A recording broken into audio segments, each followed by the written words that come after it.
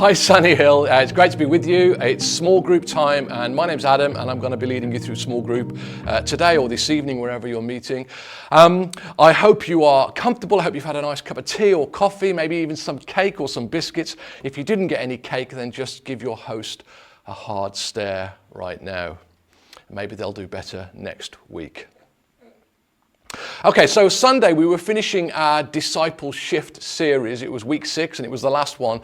And we were looking at this idea of the X factor, the idea of multiplication, because God has put into pretty much every living thing on the planet this idea of reproduction, of multiplication. And saying that, it's funny, I sit in my chair at home looking out into my garden and kind of do my quiet time in the mornings. And most mornings there's a squirrel who kind of comes up to the bird table and steals all the birds' food. A few weeks ago I noticed there's actually 2 squirrels now. There was one, now there's 2. This morning I was sat there and there were 4 squirrels. There were 2 adult squirrels and 2 baby squirrels. And I know you're thinking, oh, isn't that cute? And I was thinking, now it's time to get a gun. But I guess what you can see from that is reproduction happens, multiplication happens. It's built into everything. In fact, one of God's first instructions to mankind was to be fruitful and multiply, or go forth and multiply. That's what he said to Adam and Eve in the garden, to reproduce, to grow. It's God's plan also for his church, that we would be a living, dynamic thing that grows, that multiplies. And in fact, on Sunday we were looking at Jesus' final words to his disciples from Matthew 28. We know it as the Great Commission. I'm just going to read it to you now, and then we're going to unpack it a little bit further. Matthew 28 from verse 18 says this: "Then Jesus came to them and said, 'All authority in heaven and on earth has been given to me. Therefore go and make disciples of all nations, baptizing them in the name of the Father and of the Son and of the Holy Spirit, and teaching them to obey everything I have commanded you. And surely I am with you always to the very end of the age.'" Now on Sunday we broke this into 3 separate sections, this passage into 3 sections. The first section we called the greatest truth, because it's the greatest truth ever told. The second section we called the greatest challenge, because I think it's the greatest challenge ever given.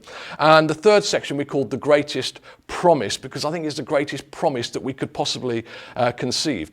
So the first section, the bit where Jesus says, "All authority has been given to me, all authority on heaven and on earth has been given to me." Why is that the greatest truth? Because it tells us that there's no place anywhere where Jesus doesn't have authority. There's no place, there's no circumstance that you're facing. There's no trouble that you're going through. There's no spiritual battle. There's no earthly battle. There's nothing that you're going through right now that Jesus doesn't have authority over, which is great news. It's great truth. And it means that we can come with confidence and pray. We can come with confidence and stand on his word. We can come with confidence and have faith that the thing that we're facing can be dealt with, because Jesus has all authority in heaven and on earth. That's why it is the greatest truth. The second section, where we talked about the greatest challenge, which is to go. Obviously, that's a challenge in itself, isn't it? To go, to leave where you are. It implies that you've got to get up from where you're at and move to somewhere different. And there's obviously discomfort involved in moving. And a disciple is somebody who moves. All right, we have to be moving all the time. We can't be static as a disciple. Jesus calls us to go. And what does he say? Go and make disciples of all nations. Well, there's another challenge right now. All nations, I think there's about 200 countries in this world. There's like 16,000 ethnic groups, and everybody is included in this instruction to go and reach everybody. There's a challenge there. And then he says to baptize them in the name of the Father, Son, and the Holy Spirit. Again, to baptize, it means we have to declare that faith publicly. We have to get disciples to declare publicly, and it's a public dying to self. There's a challenge in that. And then he says, teaching them to obey everything I have commanded. It's not teaching them to know, not teaching them to believe, not teaching them to say, because actually a disciple is somebody who does. Teaching them to obey. So we were looking at, why is that a challenge? Well, we've got to do things. And this has been a kind of a thread throughout the entire series. A disciple is somebody who acts, who does. So that's why it's a challenge. And the greatest challenge is where we get our purpose from. as disciples. All right, and then thirdly, we come to the greatest promise where Jesus says, right at the end, he says, I am with you always until the end of the age. Surely I am with you always. That's a great promise for us to hang our hats on and to hold on to. We have Jesus' presence with us always and forever.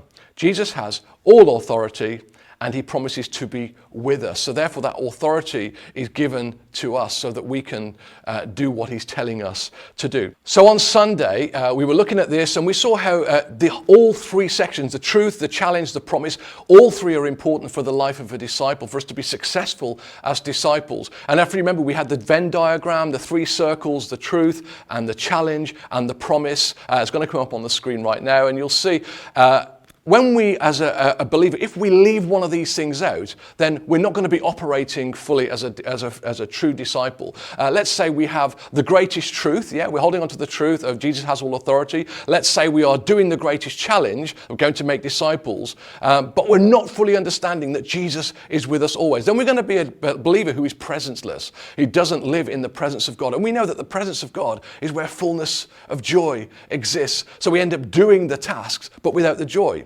If we are a believer who kind of goes and does the challenge to go and make disciples and hangs on, we know that he is with us always, but we don't hold on to the truth that he has all authority, then we're going to be a powerless believer. We're not going to have the power that we need, doing the work but without the power. And finally, if we have the truth that Jesus has all authority and we're standing on the promise that he's with us always, but we're not actually going, we're going to be fishermen who are not fishing. We're going to be purposeless. We're not going to have a purpose. So I'm going to stop talking right now. We're going to put this back on the screen in a moment. And you'll see that right in the middle is the sweet spot.